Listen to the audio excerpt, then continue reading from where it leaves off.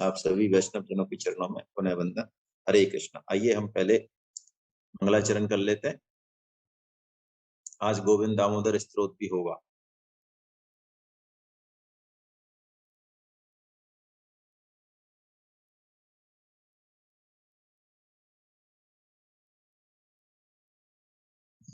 नारायणं नमस्कृत्यं नरं चैव नरोत्तमं देवीं सरस्वतीं व्यासं ततो जयमुदीरये। नमस्तस्मै भगवते वासुदेवाय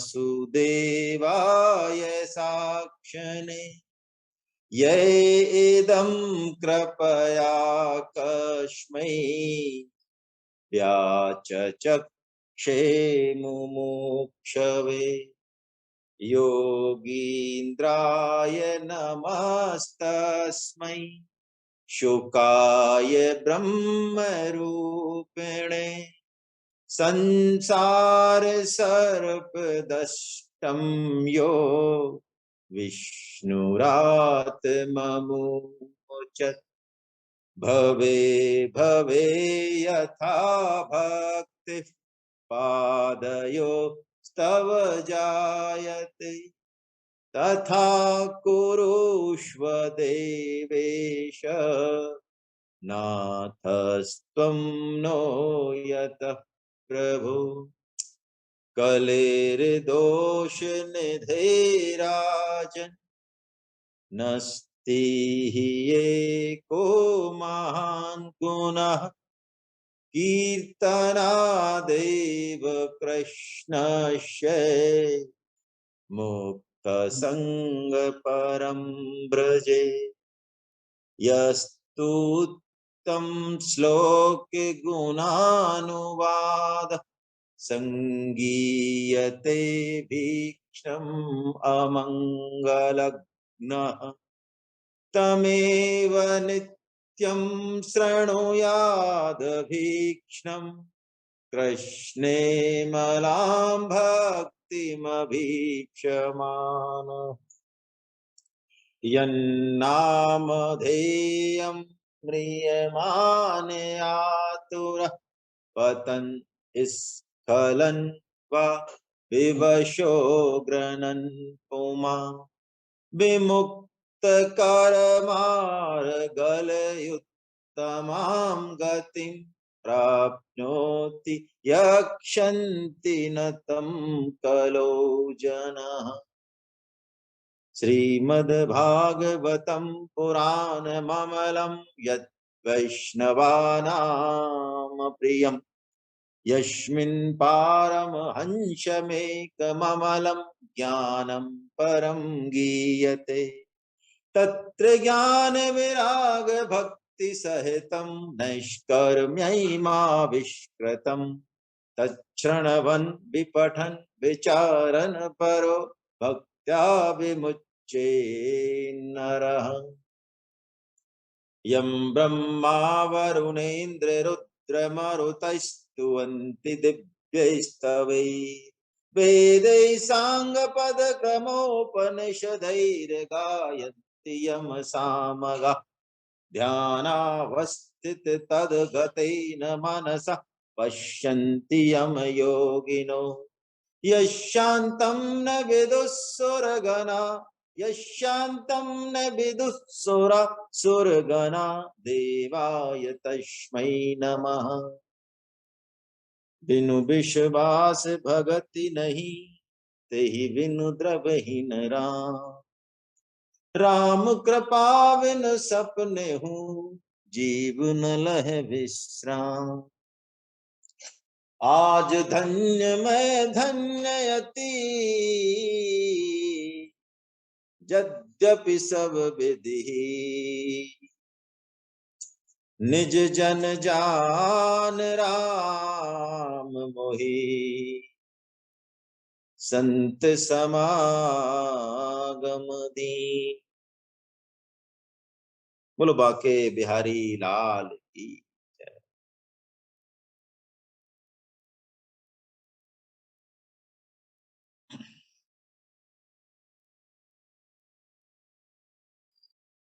भगवान श्री कृष्ण के गुण लीलाओं का वर्णन करने वाली श्रीमद् भागवत कथा सूत जी के माध्यम से शौनक आदि जी 88,000 ऋषि सुन रहे हैं। और उनकी कृपा कि सुखदेव जी तो अपनी वाणी को विराम दे चुके हैं, लेकिन हमें सूत जी महाराज की कृपा से अभी ये कथा और मिल रही है सुनने को कुछ दिन। तो शौनकादि जी ऋषि जो हैं वो प्रश्न करते हैं मार्कंडे ऋषि के बारे में कि मृकंड ऋषि के पुत्र हैं मार्कंडे जी, वो ऐसे हैं कि उन्होंने मृत्यु को जीत लिया, तो कृपया उनकी जरा हमें लीला बताएं, चरित्र बताएं। पिछली बार हमने देखा मार्कंडे ऋषि जी नैष्ठिक ब्रह्मचारी हैं। नैष्ठिक ब्रह्मचारी वो होते हैं जिनकी भोगों के प्रति लालसा होती ही नहीं है, जो सिर्फ और सिर्फ भगवत प्राप्ति के लिए, भगवत प्रेम प्राप्त करने के लिए ही आते हैं। संसार के भोगों से उनको कोई मतलब नहीं, वो सिर्फ पहला ही आश्रम ग्रहण करते हैं, ब्रह्मचर्य आश्रम, ता जिंदगी वो उसी में रहते हैं, है ना। और जो इस तरह के नहीं है हम जैसे, वो फिर बाकी आश्रमों में जाते हैं।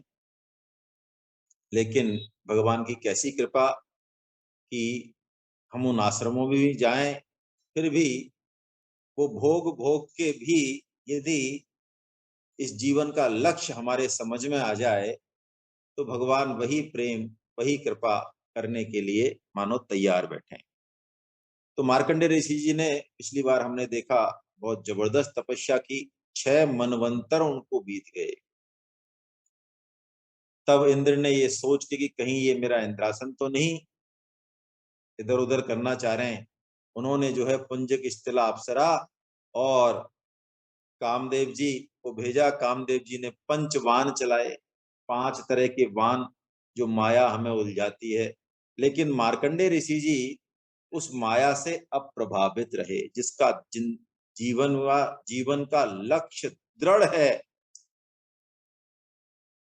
भगवत प्राप्ति का उद्देश्य बन चुका है, और वो भगवान नाम जप का सहारा ले चुका है, भक्तों का संग कर रहा है, शास्त्रों का संग कर रहा है, सत्संग कर रहा है, माया के प्रभावों से, दुष्प्रभावों से वो बचा रहता है इस कली काल में, ऐसा भगवान का वचन है। क्योंकि जितनी उसकी क्षमता है उतना काम तो वो कर ही रहा है। तो सिद्ध चाहे नहीं हुआ हो, साधक ही हैं हम सब, लेकिन साधक, गीता में एक ऐसी जगह है, आज ही बात हुई, आप सबको भी मैं निवेदन करूं, भगवान का जो है कैसा न्याय है, ऐसा न्याय है कि उसमें न्याय ही न्याय नहीं है, दया भी है, करुणा भी है ना। अंधाधुंध सरकार है ना, तुलसी भजो निसंग, रीझे देते पदम पद, ओ रीझे देते, ओ खींचे देते परम पद और रीझे देते लंग, ऐसा कुछ भगवान का न्याय है। भगवान 12वें अध्याय में भक्ति योग में जो सिद्ध भक्त हैं, जो सिद्ध हो चुके हैं, भगवत प्राप्ति कर चुके हैं, उनके 39 लक्षणों का वर्णन करते हैं।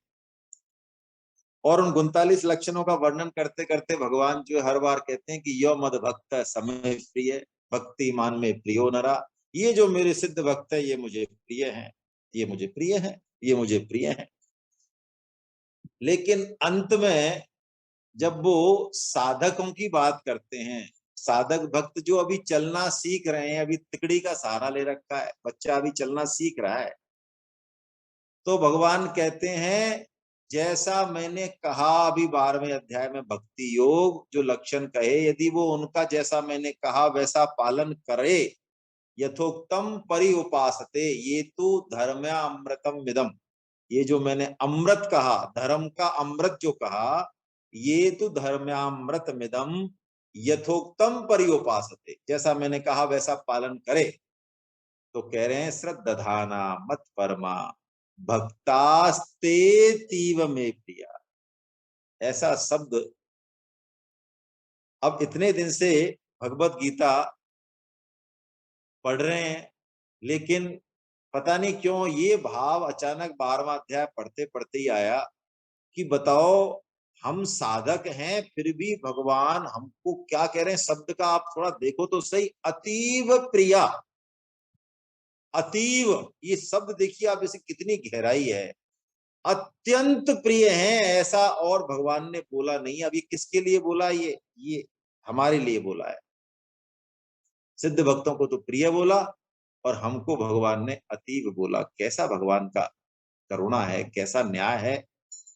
तो भगवान मार्कंडे ऋषि जी जब माया के प्रभाव से विचलित नहीं हुए, और उससे भी बड़ी बात, उनको अहंकार नहीं आया इस बात का, भगवान का ही बल माना उन्होंने। भगवान प्रकट हो जाते हैं, नर और नारायण प्रकट होते हैं। पिछली बार हमने देखा वो स्तुति करते हैं, बड़ी अच्छी स्तुति करते हैं। अब आगे हम 12वें स्कंद का 9वां अध्याय ले रहे हैं, मार्कंडे जी का माया दर्शन। मार्कंडे जी को भगवान माया का दर्शन कराएंगे। तो जब मार्कंडे जी ने इस प्रकार स्तुति कर ली, तो नर नारायण भगवान बड़े प्रसन्न हो गए और उन्होंने कहा, वर मांगो। ये तो भगवान की आदत है भाई, है ना। भगवान आते हैं तो फिर खाली हाथ नहीं आते हैं, वो वर लेके आते हैं। वर मांगो। हालांकि जो बहुत कम भक्त हैं, सूरदास जी जैसे, अब कुछ और वो चक्कर में नहीं आते हैं इनके भगवान के, है ना। तो मार्कंडे जी भी चक्कर में नहीं आए। उन्होंने कहा, प्रभु मेरे लिए तो सबसे बढ़िया वर यही है कि आपने मुझे दर्शन दे दिए, आपकी कृपा मेरे ऊपर बरस रही है ना। कि नहीं, अब आजीवन आप ब्रह्मचर्य निष्ठा आपने देखी, हम तुम पर बड़े प्रसन्न है भाई, है ना। आप वर मांगो। तो उन्होंने कहा, देखिए वर तो यही है कि आपके दर्शन हो गए, है ना। फिर भी अब देखिए आप मार्कंडे जी का जो विचार है ना, वो कितना उत्तम है, इसको भी थोड़ा सूक्ष्मता से देखें हम। मुझे ऐसी भाव आया कहने का, कई बार, कई बार साधक, हम साधक जब थोड़ा बहुत कुछ आगे चल लेते हैं, एक आध दो कदम, तो हम में एक अति पर हम सवार हो जाते हैं प्राय। हम कहते हैं निष्कामता। कोई हमें प्रेम से भी कोई देना चाहे, किसी किसी के घर जाए, उसका भाव देखे बिना हम अपने सिद्धांतों पर बड़ा अटल रहते हैं। क्यों रहते हैं अटल? अरे कि हमारे ऊपर तो भैया आईएसआई की मोहर लगनी चाहिए, बताओ, है ना। भगवान ने सबसे ऊपर हमको बताया है, निष्काम भक्त को बताया, तो हम तो वैसे ही। लेकिन मार्कंडे जी देखिए, उनकी मोहर उन पर चाहे लगे चाहे नहीं लगे, सर्वोच्च भक्त की, भगवान उनको कह रहे हैं कि तुम वर मांग लो, तो वो कहते हैं, प्रभु आपकी आज्ञा के अनुसार मैं अब वर मांगता हूं।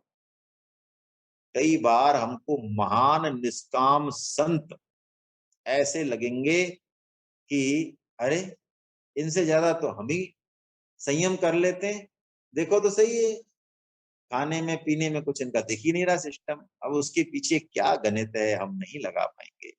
मार्कंडे जी भगवान की आज्ञा का पालन करते हैं और वो कहते हैं, प्रभु आप यदि कह ही रहे हैं, तो मुझे तो उस माया के दर्शन कराइए कि तत्व तो एक है, लेकिन वो तत्व, वो माया ऐसा क्या है वस्तु जो उस तत्व को अनेक रूपों में दिखाती है। ये अनेक लोक परलोक बना दिए, ये पृथ्वी, ये शरीर हमारा, ये सब हमको सत्य की तरह दिखते ही है। आप कितना ही कहो ये माया है माया, लेकिन हमको सत्य की तरह दिखते हैं। तो मुझे तो आप उस माया का दर्शन करा दीजिए, यदि आप उचित समझे तो। चले गए भगवान। वर पूरा करने का तो काम अभी तो है नहीं, अभी दिखा दें तो फिर कैसे पता चले ये माया है ना। तथास्तु कह के और चले गए मुस्कुराते हुए कि देखो माया देखना चाहते हैं ना।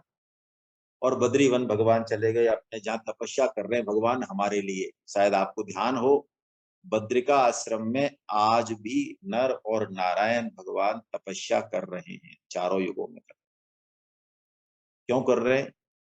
विशेषकर कली काल में कर रहे हैं। क्यों कर रहे हैं?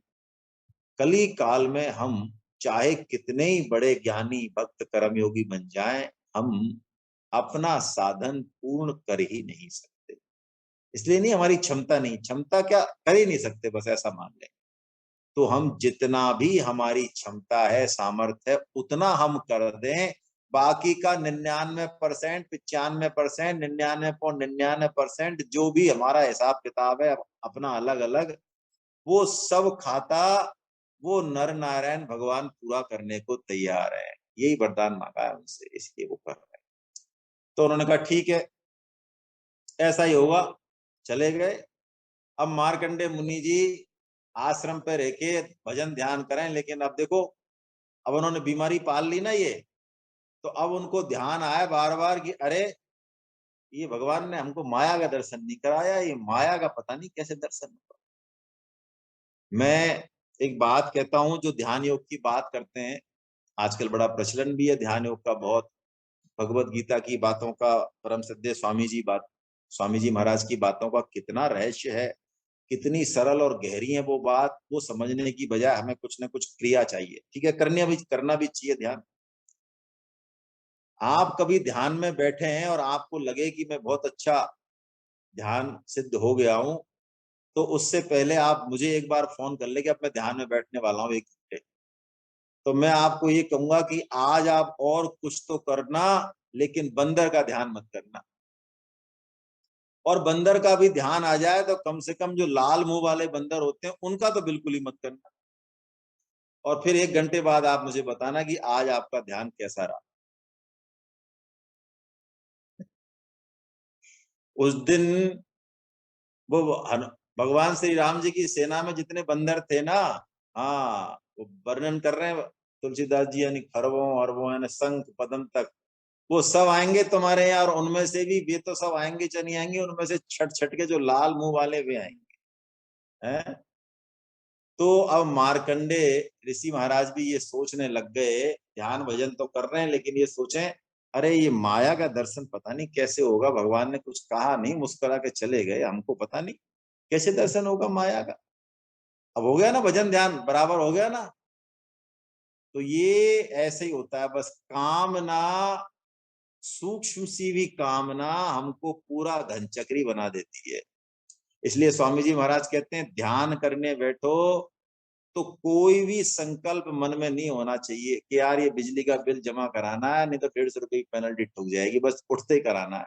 ये भी संकल्प कर लिया, वो 150 रुपए आपके पूरे 1.5 घंटे को निपटा देंगे। तो अब मार्कंडे मुनि जी एक दिन बैठे संध्या के समय पुष्पदर नदी के तट पर, भगवान की उपासना में तन्मय हो रहे थे। अचानक, अचानक तेज तेज आंधी, बारिश, भयंकर बारिश भी कैसे, जैसे कि वो सांबर तक मेघ बरसते हैं, प्रलयकालीन बारिश, वो सूंड के आकार की। इसमें लिखा हुआ धुरा, मोटी मोटी धारा, जैसे रथ का धुरा नहीं होता मोटा, ऐसी धाराएं बरसने लगी और चारों तरफ से समुद्र उमड़ उमड़ के आने लगा, बड़ी बड़ी लहरें और भंवरे पड़ रहे हैं उसमें, और ऐसी आवाज कि उनके कान मान लो फटे जा रहे हैं। और उनमें से मगर उछल रहे हैं, बड़े बड़े जानवर उछल रहे हैं। और वो पानी का लेवल इतना बढ़ता जा रहा है, मार्कंडे जी देख रहे हैं कि वो तो बढ़ते बढ़ते पृथ्वी की तो क्या चले, वो तो स्वर्ग और ऊपर के जो लोक हैं उनको भी वो पानी जो है संतप्त कर रहा है, अपने उसमें ले रहा है। जल प्रलय जो कहते हैं, वो जल प्रलय होने लग गई। चारों तरह के जो प्राणी हैं, उद्विज, स्वेदज, अंडज और जरायुज, वो सब प्राणी बड़े अत्यंत व्याकुल हो रहे हैं, सबके प्राण जा रहे हैं, अत्यंत भयभीत हो रहे हैं। और उस प्रलय ने सबको डुबो दिया। पर्वत, दीप, वर्ष, अंतरिक्ष, ग्रह, नक्षत्र, तारे, तीनों लोग उस जल में जो है डूब रहे हैं। अब एक मार्कंडेय मुनि जी बच रहे हैं बस, और वे भी पागलों की तरह, वो जल जो इतना सारा चारों तरफ जल ही जले, वो हाथ पैर मार रहे हैं, कभी यहां से इधर जाए तो इधर मगरमच्छ मुंह फाड़े तो बड़ी मुश्किल से उधर से बचे, दूसरी तरफ जाए। अब प्राण बचाने की चेष्टा कर रहे हैं। और प्राण बचते बचते भी वो कोई कोई तो उनको ऐसा लगता है कि मेरी तो मृत्यु हो गई, तरंगों की चोट हो रही है, मगरों की चोट हो रही है, बड़ा बेहोश से हो गए, बिल्कुल हालत उनकी खराब हो गई, बड़े शोकग्रस्त हो गए, बड़े मोहग्रस्त हो गए, है ना, ऐसा दुख उनको कि अब मरे, अब मरे, अब मरे है। तो हे सोनकादि जी, मार्कंडे मुनि वास्तव में भगवान की माया के चक्कर में ही मोहित हो रहे थे। और कैसे मोहित हो रहे थे, कोई एक दो दिन नहीं हुए मोहित, हमें ऐसा लगेगा करोड़ों लाखों करोड़ों वर्ष उनके बीत गए। किनके? मार्कंडे मुनि जी के। देखो छोटी मोटी माया तो सब कर लेते हैं, है ना, हम भी मायापति हैं छोटे मोटे तो, खैर सभी मायापति हैं कि नहीं भाई? ब्रह्मचारियों को प्रणाम है, बाकी मायापति है क्या नहीं? तो रावण भी मायापति है। उसने जब जीता नहीं वो, तो भगवान के यहाँ ऐसा माया जाल फैला कि वो बंदर हनुमान सब हो गए। वो देखे भैया ये तो चारों तरफ ही कोई लड़ ही नहीं पा रहे, हम तो भगवान ही भगवान दिख रहे हैं चारों तरफ। तो जब प्रभु मुस्कुराए और उन्होंने, है ना, अंतर्धान भयउ क्षण एका, गया रावण। और फिर करोड़ों रावण दिखे, उन्हीं प्रगटे खल रूप अनेका। किस किस से लड़ेंगे? अरे प्रभु छन महु माया सब काटी, और जिमि रवि उए जाय तम फाटी। इस माया को तुलसीदास जी कह रहे हैं कोई उपाय नहीं है, ये अंधकार रूपी अज्ञान रूपी माया बिना सूरज उगे नहीं जाएगी, है ना। ऐसे ही बड़ा अच्छा वर्णन जो है काकभूषुंड जी ने माया का किया है, सुन लेना चाहिए, क्योंकि काकभूषुंड जी भगवान के भक्त हैं। और जब जब भगवान अयोध्या में जन्म लेते हैं, वो उनके इष्ट हैं, तब तब काकभूषुंड जी जाते हैं उनके दर्शन करने। वो कहते हैं, उनको गरुड़ जी को सुना रहे हैं कि इष्ट देव मम बालक रामा। वो कितने प्यारे हैं। उनसे पूछा क्यों नहीं त्यागते हो अपना शरीर, के भाई मेरे इष्ट देव इतने हैं, बहुत ही मनोहर है, शोभा बपुस कोटि सत कामा, और लघु बायस बपु धर हरि संगा, और देखूं बाल चरित बहुरंगा। देखो भैया मैं शरीर को नहीं त्यागता हूँ, मैं छोटा सा कौवे का रूप बना लेता हूँ। अब बताओ मेरे को कोई एंट्री करने की जरूरत पड़ेगी क्या? भगवान शंकर जी तो बाहर खड़े रहेंगे, भैया माता खोलेगी तो अंदर जाएंगे। मैं तो क्या कौवा हूँ, पक्षी हूँ मैं। मैं तो चाहे यहाँ से जैसे से घुस जाऊंगा कहीं भी, भगवान की सारे मैं लीला वो छोड़ता नहीं हूँ। और भगवान भी क्या करते हैं, जब वो काकभूषुंड जी को देखते हैं, इसीलिए तो आए हैं, बिलकत मोह धरन जब धावही। भगवान उनको पकड़ने दौड़ते हैं, तो काकभूषुंड जी कहते हैं ये मेरे को पकड़ने क्यों दौड़ते हैं? तो वो चले जाते हैं उड़ के दूर। तो वो कहते हैं चले हूं भाग तब पूप दिखावही। जब वो भाग के चले जाते हैं, भगवान श्री राम उनको कुआं दिखा रहे हैं, है ना। अब जब वो फिर आए वापस, फिर भगवान पकड़ने दौड़े, वो फिर भाग गए, तो भगवान ने अपनी भुजा को इतना लंबा कर दिया, इतना लंबा कर दिया, तब मैं भाग चलूं उर्गारी, राम गहन कहूं भुजा पसारी। वो कह रहे हैं मैं इतना दौड़ा, गरुड़ जी सब जगह जा सकते हैं, वो काकभूषुंड जी भी। तो लेकिन वो भगवान की भुजा और मेरे बीच 2 ही अंगुल का फासला रहे, बस 2 ही हाथ का। मैं सब जगह घुमाया भैया। फिर भगवान मेरे को परेशान देख के थोड़े मुस्काए, और जैसे ही मुस्काए ना, वो हाथ बात सब गायब हो गया, और उनकी मुस्कान के सहित मैं उनके पेट में चला गया। और पेट में चला गया तो वहां जो हुआ, ओ हो मत पूछो। उदर माज सुनो अंडज राया, देखे हूं बहु ब्रह्मांड ने काया। वो कहते हैं ऐसी पृथ्वी ऐसे ब्रह्मांड, अरे यानी कितने ब्रह्मांड मैंने देखे। और अलग अलग ब्रह्मांडों में अलग अलग ब्रह्मा जी, अलग अलग शिव जी, अलग अलग विष्णु, कोटिन चतुरानन गौरी सा, अगणित उड़गन रवि रजनीसा। वो कहते हैं मैं घूमता ही रहा भैया उन ब्रह्मांडों को देखने देखने देखने, करोड़ों वर्ष बीत गए। वही करोड़ों वर्ष से याद आई। और वो कह रहे हैं सप्तावरण भेद करी जहां लगे, ये तो वो तो हाथ का बता दिया। वो कहते हैं मैंने क्या देखा कि जो नहीं देखा नहीं सुना, और जो मन हून समाय, सो अद्भुत सब देखे हूं, वरन कवन विधि जाय। गरुड़ जी से कह रहे हैं कितने ही शास्त्र पढ़ लो भैया, लेकिन मैंने जो माया देखी ना, अब उसका वर्णन कैसे करें। अनंत का वर्णन हो नहीं सकता। आप देखते होंगे गीता में भी भगवान जब अर्जुन को विश्व रूप दिखाते तो वो कहते हैं, अर्जुन ये तैने ही देखा है मेरा विश्व रूप, हाँ तेरे अलावा किसी ने नहीं देखा। तो गीता पढ़ते पढ़ते अटक जाता है, गाड़ी अटक गई हमारी। तो वहां पे देखो भगवान आप मतलब कितना झूठ बोलते हैं, बताओ। सब जगह तो रूप दिखाते फिरते हैं और ये कहते हैं, अर्जुन तू नहीं देखा है, किसी ने नहीं देखा तेरे अलावा। झूठ बोल रहे हैं भगवान या सच बोल रहे हैं? सच बोल रहे हैं, 100% सच बोल रहे हैं। तो ऐसे ही गरुड़ जी को माया का वर्णन वो बता रहे हैं कि मैं क्या बताऊं, हर बार मैं जाता हूं और हर बार मेरे संग ऐसा ही होता है, लेकिन प्रभु कृपा से मैं जो है इस माया से बच जाता हूं। तो मार्कंडे मुनि जी को भी करोड़ों वर्ष हो गए, फिर उन्होंने क्या देखा, पृथ्वी पर एक टीला और टीले पे एक बरगद का पेड़, उसमें हरे हरे पत्ते और लाल लाल फल, और उसी बरगद के पेड़ में ईशान कोण पर, आहा, प्राची दिशा से आते हैं भगवान, है ना। रामायण में भी आप देखेंगे ना, ईशान कोण मतलब, ईशान कोण कौन सा होता है, ईस्ट और साउथ को मिलाने वाला कौन ईशान कौन होता है, मेरे ख्याल से। नहीं, गलत है। दिनेश जी बोल रहे हैं, मैं उनको करता हूँ। ईशान कौन, सॉरी, वो होता है पूरब और उत्तर को मिलाने वाला, है ना। अब ठीक है क्या, मैं गलत बोल गया शायद, है ना। नॉर्थ और ईस्ट को बुलाने वाला ईशान कौन, सॉरी। बहुत बढ़िया। तो ईशान कोण पर एक डाल थी और उसमें पत्तों का एक दोना सा बन गया, और उस दोने पर एक बड़ा सुंदर सा नन्हा शिशु लट सोया हुआ था आराम से।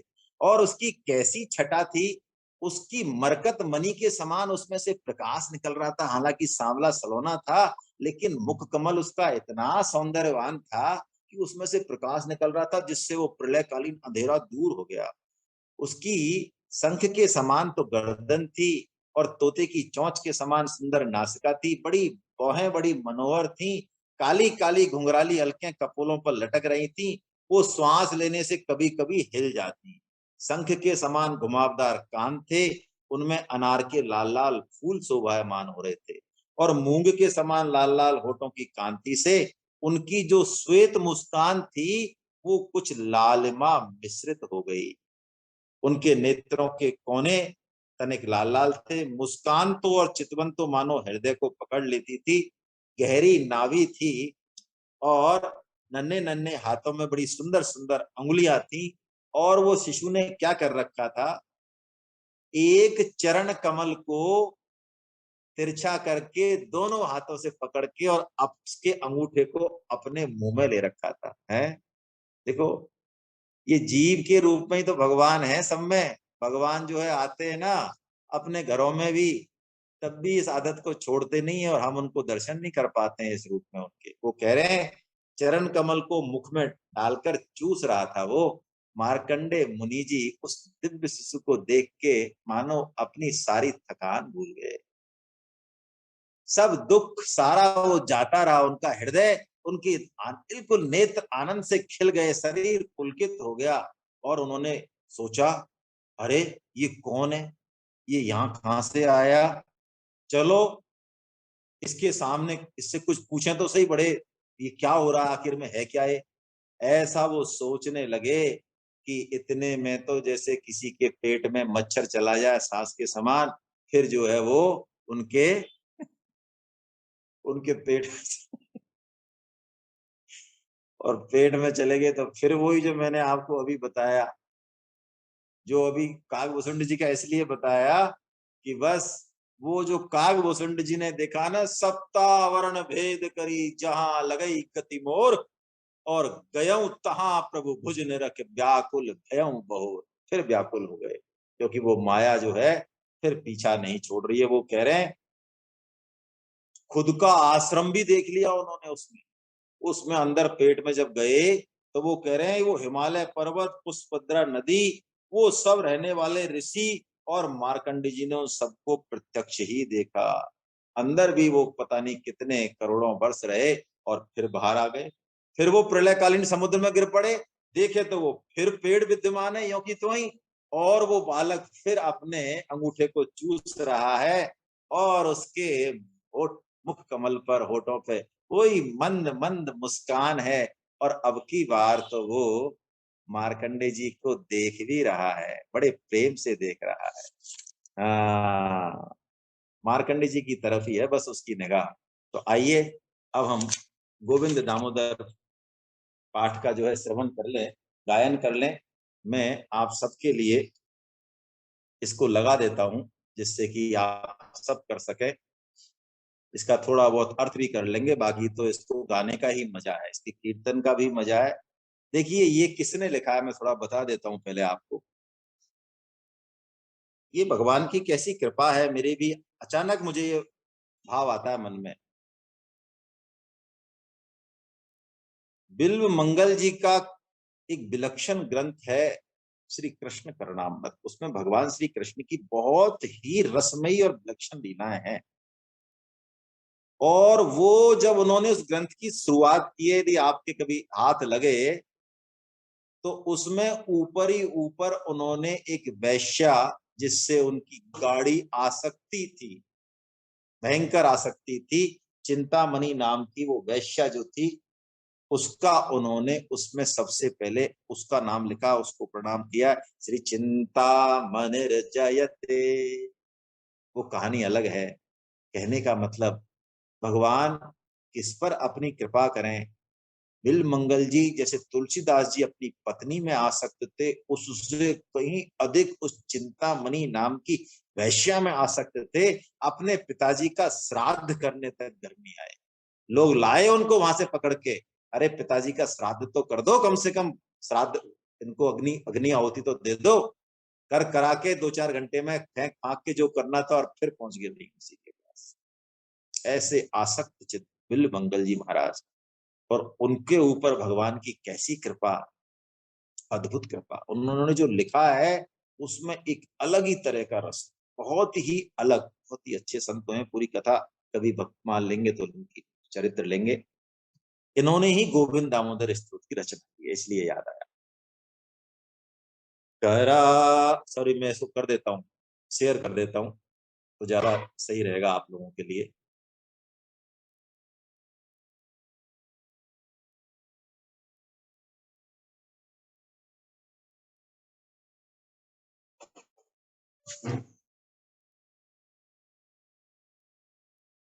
करार बिंदेन पदार बिंदम, मुखार बिंदे विनिवेशयन्तम्, बटाश्य पत्रश्य पुटे शयानम्, बालं मुकुन्दं मनसा स्मरामि। आहा, करारविंदेन पदारविंदम, मुखारविंदे विनिवेशयन्तम। भगवान के हर अंग हर इंद्रियां दिव्य हैं, वो हमारे चित्त को आकर्षित करने वाली हैं। और मुख कमल की तो बात ही क्या है, उसी भगवान का, गोविंद का, भगवान श्री कृष्ण का बिल मंगल जी वर्णन कर रहे हैं, मार्कंडे ऋषि जी स्तुति कर रहे हैं। बटस्य पुत्रस्य पटस्य पत्रस्य पुटे शयानम, वो बट के दोने में और उसका जो पुट बना हुआ उसमें वो भगवान शयन कर रहे हैं। ऐसे बाल मुकुंद को मैं अपने मन से स्मरण करता हूँ। श्री कृष्ण गोविंद हरे मुरारे, हे नाथ नारायण वासुदेव, जिह्वे पिबश्वा मृतदेव देव, गोविंद दामो दरमाधवेति, जिह्वे पिबश्वामृतमेत देव, गोविंद दामो दरमाधवेति।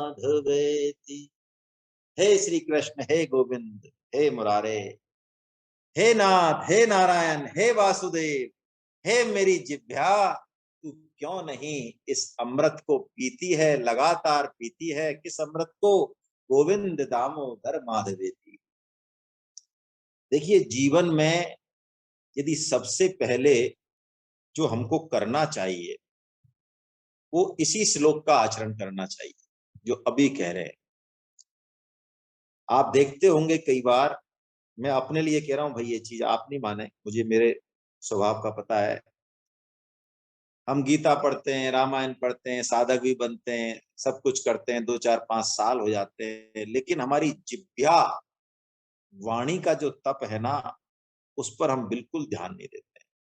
और आसपास के जो साधक हैं, जो भी लोग हैं, वो हमारी वाणी से ही हमारी पहचान करते हैं। और यदि उनको लगता है कि ये तो अध्यात्म मार्ग पर चलने वाले हैं, लेकिन वाणी इनकी इतनी कर्कश है ना, इतने क्रोधी हैं, तो उनका उल्टा ध्यान हट जाता है भगवान के, अरे इन्होंने क्या कमाया, 2 4 5 साल खर्च करे भी बेकार। तो जिह्वा का तप जो गीता में बताया, 17 मेरे ख्याल से 16 15 में बताया, 17.15 में, वाणी का तप वो बहुत साधक के लिए जरूरी है। और इसके लिए सबसे बढ़िया उपाय, हालांकि संस्कार प्रबल होते हैं, धीरे धीरे जाते हैं, फिर भी सबसे बढ़िया उपाय नाम जप है, लगातार नाम, है ना। अब वो वर्णन कर रहे हैं बिल मंगल जी आगे कि भगवान का रूप कितना मनोहर है, कैसा है कि गोपियां जो लगातार उनमें ही तन्मय रहती हैं, वो अपना नियत कर्म करने यानी दही बेचने जब जाती हैं, तो वो रोज तो कहती हैं दही ले लो, दही ले लो, लेकिन भगवान के चिंतन में, गोविंद के चिंतन में लोगों को वो कहती हैं, अरे गोविंद ले लो, गोविंद ले लो। लोग जब हंसते हैं तब गोपियों को पता चलता है कि हम क्या बोल रहे।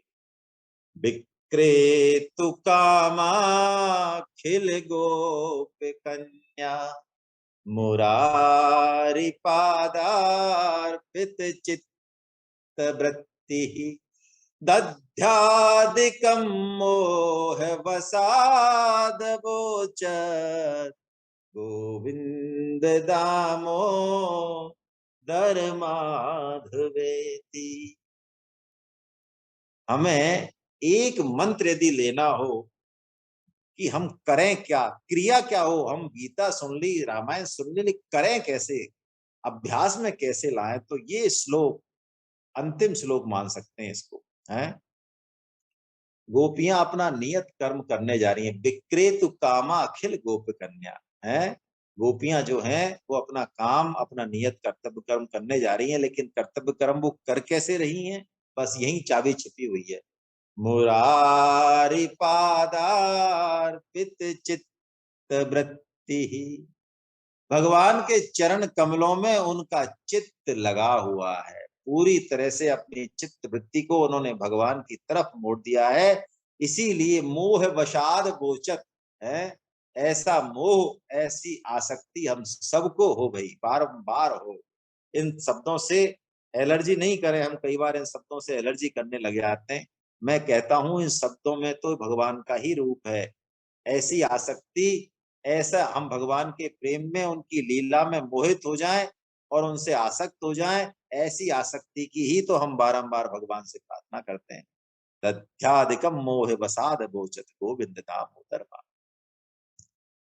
ग्रहे ग्रहे गोप बधू कदम्बा, सर्वे मिलित्वा समवाप्य योगम, पुण्यानि नामानि पठन्ति नित्यं, गोविंद दामोदर माधवेति।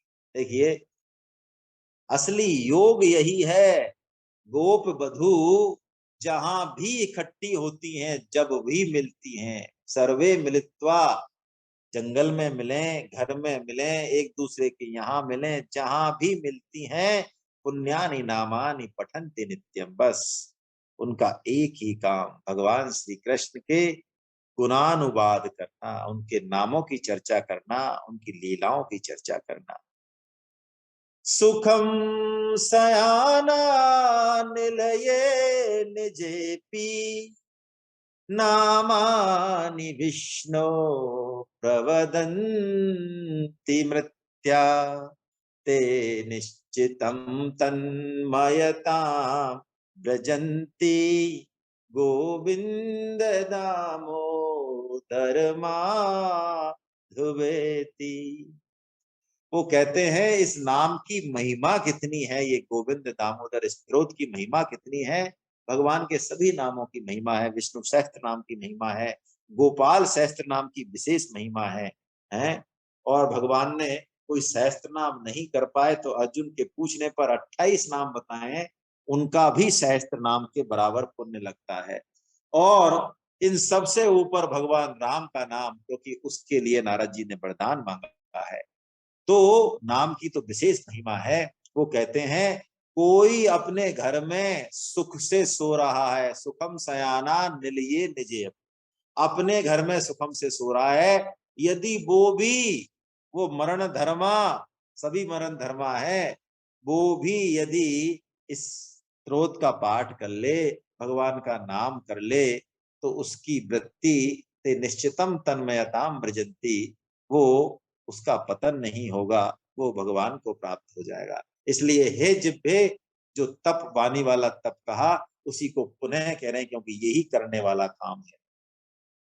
जिह्वे सदैवं भज सुंदराणि नामानि कृष्णस्य मनोहराणि समस्त भक्ताति विनाशनानि गोविंद दामोदर माधवेति। है जिह्वे, तू क्यों नहीं फिर इस सुंदर नाम को लगातार भजती है। ये नाम कृष्ण का, ये गोविंद का नाम कितना मनोहर है कि भक्तों के सभी विघ्नों का नाश कर देता है। समस्त भक्तार्थी विनाशनानी गोविंद दामोदर माधवी। सुखावसाने इदमेव सारम, दुःखावसाने इदमेव गेयम्, देहावसाने इदमेव जाप्यम गोविंद दामोदर माधवेति। देखिए सुख, भगवान का नाम ही सुख है, असली सुख, अंतिम सुख यही है, इससे ऊपर कुछ नहीं है। एक बड़ी जोरदार बात है, भगवान, भाई अब लो साउंड आ रही है, मैंने तो कुछ किया नहीं है। जिन भक्तों को भगवत प्राप्ति हो जाती है वो भी भगवान नाम जप में ही आनंद लेते हैं। इस भगवान नाम जप के बाद दुखों की छाया भी हमारे पास नहीं रहती, ये हम समझ लें। और देह व देह का जब अवसान हो तब भी केवल और केवल भगवान नाम उच्चारण ही करें। जिह्वे रसज्ञे मधुर प्रिये त्वं सत्यम हितम त्वां परमं वदामि, आवर्णयेथा मधुराक्षराणि गोविंद दामोदर माधवेति। भगवान श्री कृष्ण के नाम से मनोहर कोई दूसरा नाम है नहीं। यही वास्तव में मधुराति मधुर है। अधरम मधुरम बदनम मधुरम मधुराधिपते रखिलम मधुरम, यही सत्य है, यही हितकारी है। हम जिस वर्ण आस कैसे भी हो, किसी भी परिस्थिति में हो, बस भगवान के इस नाम को हम लेते रहे। त्वामेव याचे मम देहि जिह्वे समागते दंडधरे कृतान्ते, वक्तव्यमेवं मधुरं सुभक्त्या गोविंद दामोदर माधवेति। भगवान की करुण कृपा, कृपा का बादल गीता में भी फटता है 8.5 में, जहां भगवान कहते हैं कोई अंत समय में भी मेरा नाम ले दे तो अर्जुन निसंक होकर, निसंशय होकर विश्वास कर लो कि वो मुझे ही प्राप्त होता है। यहाँ भी यही कह रहे हैं बिलमंगल जी, हे प्रभु मैं आपसे यही बात प्रार्थना करता हूँ, यही याचना करता हूँ, दंड धरे कृतांते, जब इस शरीर का अंत हो, हे जिह्वे तो उस मधुर मधुर मधुर मधुर नाम को ही लेना, गोविंद दामोदर माधवेति। और अंत में भगवान को साष्टांग दंडवत कर रहे हैं, उनके सभी नामों को बड़े प्रेम से ले रहे हैं और इस अमृत को पीने के लिए निवेदन कर रहे हैं जिज्ञा से हम सबसे। श्री कृष्ण राधा वर गोकुलेश, गोपाल गोवर्धन नाथ विष्णु, जिह्वे पिबश्वामृतमेत देव, गोविंद दामोदर माधवेति। हे श्री कृष्ण, हे राधा रमन, हे ब्रजराज, हे गोपाल, हे गोवर्धन नाथ, हे विष्णु, हे जिह्वे, तू इन्हीं नामों का, इन्हीं अमृत नामों का बारंबार बारंबार बारंबार उच्चारण कर, बारंबार उच्चारण कर। यही इस जीवन का परम लाभ है। इससे ऊंचा लाभ और कहीं किसी शास्त्र में है नहीं।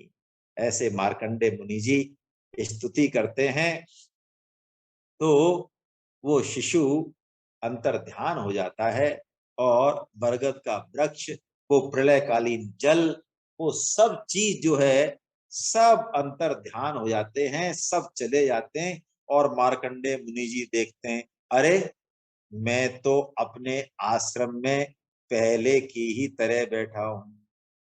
चलिए कोई बात नहीं, बढ़िया है वो बैठे हैं, तो कम से कम हमें तो गोविंद दामोदर स्तोत्र का जो है लाभ मिल गया आज इस बहाने से, है ना।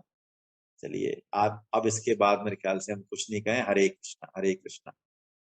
रंजना सक्सेना जी हाथ खड़ा कर रही हैं, हालांकि आप वैसे करें, वो तो अचानक आप मेरे सामने हैं, इसलिए मैंने देख लिया, वैसे मैं देख नहीं पाता हूँ। एक सेकंड में आपको अनम्यूट कर रहा हूँ। जी रंजना श्रीवास्तव जी बोले, अनम्यूट करें अपने आप को। हाँ जी सर, इसको आप ये स्रोत जो है आप शेयर कर देंगे क्या इस पे ग्रुप में? हाँ हाँ, मैं ग्रुप में शेयर कर दूंगा। हाँ मैंने जी किया भी है आज। आज आप ग्रुप से जुड़े हुए आप देखें, उसमें मेरे ख्याल से मैंने शेयर किया है ये आज। एक्चुअली सर हम लोग आपके ग्रुप में तो है नहीं, हम लोग बंसल जी डाल देते हैं तो हम लोग उससे अटेंड कर लेते हैं इसको। ठीक है, बंसल जी डाल देंगे, आपको कोई दिक्कत नहीं हाँ जी, है ना, हाँ जी, डाल हाँ देंगे, जी, डाल ओके। देंगे बिल्कुल। चलिए, और किसी के मन में कोई भाव हो तो हम चर्चा कर लें, बाकी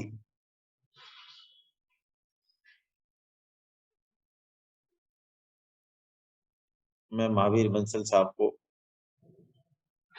बना रहा हूँ को होस्ट। किसी के मन में कोई बात हो तो जरा। हाँ, ममता अग्रवाल जी पूछ रही हैं। हाँ, एक तो अपने आप को अनम्यूट कर लें ममता जी। हाँ जी। उस हरे दिन जो कृष्णा आपने, प्रभु जी। पहले आप थोड़ा सा, हरे कृष्णा। पहले आप थोड़ा मुझे सुन लें। हाँ जी, हाँ जी, शायद बोलिए। आपने उस दिन जो प्रश्न उठाया था ना कि हाँ जी, हाँ जी। वो रसीद आपको नहीं मिली है, तो आपका नंबर आप या तो मुझे भेज दें या हरिराम गुप्ता जी को भेज दें। उस दिन किसी साधक ने गलत सूचना दे दी थी। पथमेड़ा में सब कुछ ट्रांसपेरेंट सिस्टम है, वहां पे 1 रुपया भी आप देंगे उसकी रसीद आती है।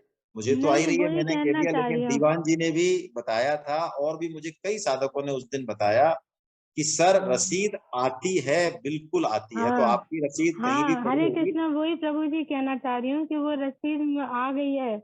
मेरे आ को गई गलत है, ध्यान अरे था, बहुत मेरे बढ़िया। हस्बैंड कह रहे थे अब कि है। अब देखिए, अब मैं आपको निवेदन करूं मैंने सभी को। सॉरी, मैंने आपको गलत बोल दिया उस दिन। मेरे हस्बैंड बोल रहे थे कि रसीद आ गई है। आ गई है तो बहुत ही कृपा। वैसे मैंने आपको जो 2 गौशालाएं बताई हैं वो प्रमाणिक हाँ जी, हैं, हाँ जी। वो प्रमाणिक हैं। मैं इसलिए अच्छा कह रहा अच्छा। हूं कि हाँ मतलब प्रमाणिक हैं वो, आप मान लें इस बात को, 1 रुपए की भी वहां गड़बड़ नहीं है। और आप में नहीं से नहीं कुछ नहीं, कुछ वो लोगों ने तो, हाँ कल कल कुछ कुछ लोगों ने तो मुझे बताया है, कर रहे हैं वो गौ सेवा। बाकी मेरा निवेदन है आप सभी जो है गौ सेवा करें, चाहे तो मुझे भेज सकते हैं उसका सूचना, चाहे तो, मेरा कोई ऐसा विशेष आग्रह नहीं है ना। अच्छा नहीं, वो मेरे पास आ चुकी है रसीद, वो मेरे हस्बैंड के पास थी। उनके उसमें थी तो मेरे को गलत ध्यान रहा कि आई नहीं। चलिए कोई बात नहीं, अच्छा, कोई एक बात बार और पूछना चाह रही थी प्रभु जी कि मैं जो है हर महीने पेटीएम कर सकती हूँ, पेटीएम कर दूं क्या? गाय के लिए पेटीएम ही रोटी के यहाँ कीजिए दे नहीं आप। पाते हैं देखिए ना। पैसे तो हमको रसीदों की जी जी। जरूरत क्या है, अब ऑनलाइन सिस्टम हो हाँ गया है ना, आप तो हाँ पेटीएम करो और पेटीएम पे वो हाँ। पैसे पहुंचते हैं और पहुंचने के बाद उनका नहीं सदुपयोग नहीं, होता है, बस इतना ही बहुत है। वो बस गलत वो रहा ना मेरे को याद। मैंने नहीं नहीं, अपने कर हस्बैंड से दीजिए। पूछा नहीं, इसलिए गलती हो गई, सॉरी। नहीं नहीं, कोई गलती नहीं है, अच्छा है आपके उससे हमको सबको पता लग गया। तो आप पेटीएम कीजिए हर महीने, बहुत हाँ, अच्छी मैं बात है पेटीएम आपको। हर महीने कर सकती हूँ हाँ क्योंकि बहुत गाय को अच्छा भी है, यहाँ खिला नहीं पाते, तो वो ऐसे ही कर दूँ, है ना। बहुत ठीक है, प्रणाम हरे आपको, कृष्णा बहुत प्रभु प्रणाम। जी, हरे कृष्णा, हरे कृष्णा। हरे कृष्ण। मैं दीपक गुप्ता साहब को अनम्यूट कर रहा हूँ। दीपक गुप्ता साहब जरा आप अपने आप को अनम्यूट कर लें। हरे कृष्णा सर। हरे कृष्ण, हरे कृष्ण। मैंने और भी कुछ लोगों के भी और भी जमा कराए थे, सभी की रसीदें पहुंच रही हैं, टाइमली पहुंच रही हैं। और जो मंथली पैसे भेजते हैं ना सर, जिनका ईसीएस से कटता है, उनके लास्ट में 12 महीने का एक साथ ही उनके पास रसीद आती है, लेकिन सूचना उनके हर महीने आती है, भाई आपके इस महीने आपके बैंक से पैसे जाएंगे, और 12 महीने की फिर एक साथ रसीद वो भेजते हैं वहां से। तो इसमें कहीं भी किसी तरीके का कोई डिले नहीं है, सभी लोगों को रसीदें मिल रही हैं, कहीं भी किसी तरीके का कोई वो नहीं है, कारण नहीं है कि भाई भाई लोगों को याद। आपने तो बिल्कुल सही कह रहे हो आप, मेरे पास तो मैसेज आता है, और आपने तो हाँ जहां तक मुझे ध्यान है दीपक गुप्ता साहब, पिछली जी सर। बार 11-11 हजार के बहुत मेंबर आपने बनाए थे, जी तो सर, मेरे जी ख्याल सर। से उन सबको रसीद मिली होगी, ऐसा तो नहीं मिल होना गई सर, चाहिए। सबके पास पहुंच गई, सभी के पास है सर रसीदें, कहीं और दिक्कत नहीं है किसी तरह की। और फिर हरे भी कृष्ण। किसी को दिक्कत हो तो हरिराम गुप्ता साहब जो हैं वो बहुत ही सेवा भावी हैं, इस उम्र में भी आपके घर आने को, हर सेवा करने को, फोन करने को तैयार हैं। कोई भी समस्या हो किसी को तो उनको फोन कर लें, वो है ना, फोन कर लें। बिल्कुल सर, हरिराम गुप्ता जी से भी मेरी बात होती रहती है, और उन्होंने सबको जो है ना टाइमली वो अपना रसीदें जो है निकलती हैं सर, पहुंचती हैं वो सबके पास, कहीं दिक्कत बहुत नहीं है अच्छा है, किसी तरीके की। बहुत हरे अच्छा है। कृष्ण सर। बाकी आप सभी जो है गौ सेवा अवश्य करें, मेरा यही निवेदन था, इस कोरोना काल में अवश्य गौ सेवा। जी सर, और किसी के मन में कोई बात हो? हरे कृष्णा सर। हरे कृष्णा, हरे कृष्णा। बस सर यही निवेदन करना चाहूंगा, जो सत्संग लाभ हम ले रहे हैं, जो चर्चा हमने पहले की, कि हम जो सुनते हैं उसको क्रियान्वयन में लेके आए। यहाँ पे हम सब लोग हैं, इनमें से कोई भी जिन गौशाला की बात सर कर रहे हैं उनके मैनेजमेंट में नहीं है, लेकिन बस किसी न किसी भाव से हम गौ सेवी बने, यही भाव है। और हम जो है, जो भी अपना कंट्रीब्यूशन है, जो भी हम सहयोग कर सकते हैं वो करते रहें, तो इससे क्रियान्वयन में आगे धन के प्रति हमारी आसक्ति है वो कम होती है। भगवान वास्तव में पालन तो सबका भगवान ही करते हैं, गौ सेवा भी भगवान ही कर रहे हैं, बस हम तो निमित्त बन जाए उसमें, यही पर्याप्त है। हम गीता पढ़ते हैं, भागवतम सुनते हैं, तो उसका अल्टीमेट जो है परिणाम क्या है, क्रियान्वयन में क्या है। जैसे चर्चा करी अभी सर जो बता रहे थे कि हम भगवान नाम में रुचि हो, हम सुनते रहे, सालों साल सुनते रहे, भगवान नाम नहीं करें, भगवान नाम में रुचि नहीं जागृत करें, तो उससे फिर लाभ होने वाला, सुनते रहे ठीक है, लेकिन अगर हमें लिफ्ट में चढ़ना है, सीढ़ी चढ़ना है, लिफ्ट में जाना है, लिफ्ट में जाना है, तो ये 3 काम तो हमें करने ही पड़ेंगे। भगवान नाम का आश्रय, भगवान नाम का प्रचार, भगवान की वाणी का प्रचार, और सेवा भाव, जहां भी हम सेवा कर सके, गौ सेवा, भगवत सेवा, जो हम करें धन से वो करें। हरे कृष्णा, हरे कृष्णा। भाई बहुत ही बढ़िया महावीर बंसल साहब, मैं आपको वास्तव में दंडवत प्रणाम आपको। आपने मतलब तीनों ही बातें इतनी बढ़िया और संक्षिप्त में कही हैं, ये बिल्कुल ठीक है। हालांकि इस चीज को कहने में संकोच आता है, लेकिन महावीर बंसल साहब तो बोल सकते हैं। देखिए क्यों बोल सकते हैं, चलिए मैं आप बता ही देता हूँ आपको, बताना ही चाहिए, बहुत छुपाना भी नहीं चाहिए। मेरे को 5-6 साल पहले इनकी गौशाला, जो यहाँ जयपुर से करीब 150 किलोमीटर दूर है, वहां जाने का मौका मिला, तो मैं आश्चर्यचकित रह गया कि करीब 350-400 गौएं, और इन्होंने जिस तरह का वीआईपी इंतजाम वहां कर रखा है, और इनका प्रचार और नहीं है। आप ये हमारे साथ इतने सालों से जुड़े हुए हैं, इन्होंने कभी नहीं कहा, और ये सिर्फ और सिर्फ भगवान के आश्रय से उस गौशाला को चला रहे हैं। मतलब ये मैं हिल गया उस दिन इनके आश्रय को देख के, कि आपकी कोई टीम नहीं, आप प्रचार नहीं करते हो, गांव वाले भी आप जानते हो, देखो सबकी जैसी क्षमता होती है, क्षमता बहुत कम लोगों की होती है, और जिनकी होती है मैं तो बताऊं वो भी हम जैसे लोग नहीं कर पाते हैं। ये सही, आप कटु शब्द बोल रहे हैं आज, और ये सही भी है। जिस दान का प्रावधान शास्त्रों में है, हम उस दान का वो हिस्सा करना ही नहीं चाहते। मैं तो अपनी बात कह रहा हूं भाई, मुझे आपका पता नहीं है ना। 10% कम से कम देना चाहिए जो हमारी कमाई साल भर में है उसकी, लेकिन 5% देने में भी हम, मेरे तो यहाँ पे क्या है, ये ऊपर नीचे होने लग जाता है भैया, है ना। ऐसा लगता है गया कोरोना से ये कहीं चला नहीं जाए, है ना। हाँ, थोड़ा बहुत करके और कोई हमको दानी कह दे और वो तो ठीक है, थोड़ी बड़ाई मिल जाए कि अच्छा आप कर रहे हो गौ सेवा, हाँ साहब हम गौ सेवी है, हम गौ सेवी। लेकिन ये फैक्ट है भाई, आज कटु वचन महावीर जी ने ये हम सबके लिए कहे, भगवान ने निकलवाए होंगे कि, और हम याद रखते हैं साल भर पहले किया, 6 महीने पहले किया, साल भर पहले भी तो रोटी खाई थी। हालांकि इसमें आग्रह नहीं करना चाहिए, मैं आग्रह नहीं कर रहा हूं, लेकिन और जहां भी करना है, इन 2 गौशालाओं से भी बिल्कुल मतलब नहीं। मेरे पास फोन आया कि हमें वहां पे ये काम है, किसी ने फोन किया, मैं जानता ही नहीं किसी को, वहां पे उसकी जड़कोर गौशाला के लिए आया कि वहां हमारी ये बात करा दो आप, मैं जानता ही नहीं उनको, मेरे पास कोई फोन नंबर ही नहीं है। मैं तो ये जानता हूं क्योंकि मैं वहां गया हूं, उनका संग किया है, बहुत ही प्रामाणिक हैं दोनों, इसलिए रिकमेंड किए। बाकी आप लोकल जहां आवश्यकता हो वहां करना चाहिए, वहां भी करें, और पेटीएम वगैरह ऑनलाइन की सुविधा नहीं है तो यहाँ कर दें, कहीं भी करें, ये करें। हरे कृष्ण, हरे कृष्ण, है ना। करें, बस मेरा तो ये निवेदन है, जैसी आपकी श्रद्धा है वैसा करें आप, है ना। चलिए, गोविंद जय जय गोपाल जय। एक मिनट भाई, अभिनव, एक सेकंड, अभिनव तिवारी जी को और मैं अनम्यूट कर देता हूँ। चलिए थोड़ा सा, उन्होंने भी शायद पहले से हाथ उठा रखा था। तिवारी जी अपने आप को अनम्यूट कीजिए। हाँ जी, हरे कृष्णा। हरे कृष्णा, हरे कृष्णा। एक छोटी सी स्तुति सुना दें राधा जी की, अगर आपकी परमिशन हो। अब नहीं, अच्छा, कल सुनेंगे आपसे, ठीक है ना। कल समय हो गया, हाँ, कल ठीक है। गोविंद जय जय गोपाल जय जय, गोविंद जय जय गोपाल जय जय, राधा रमण हरि गोविंद जय जय, राधा रमण हरि गोविंद जय जय, गोविंद जय जय गोपाल जय जय, गोविंद जय जय गोपाल जय जय, राधा रमण हरि गोविंद जय जय, राधा रमण हरि गोविंद जय जय, राधा रमण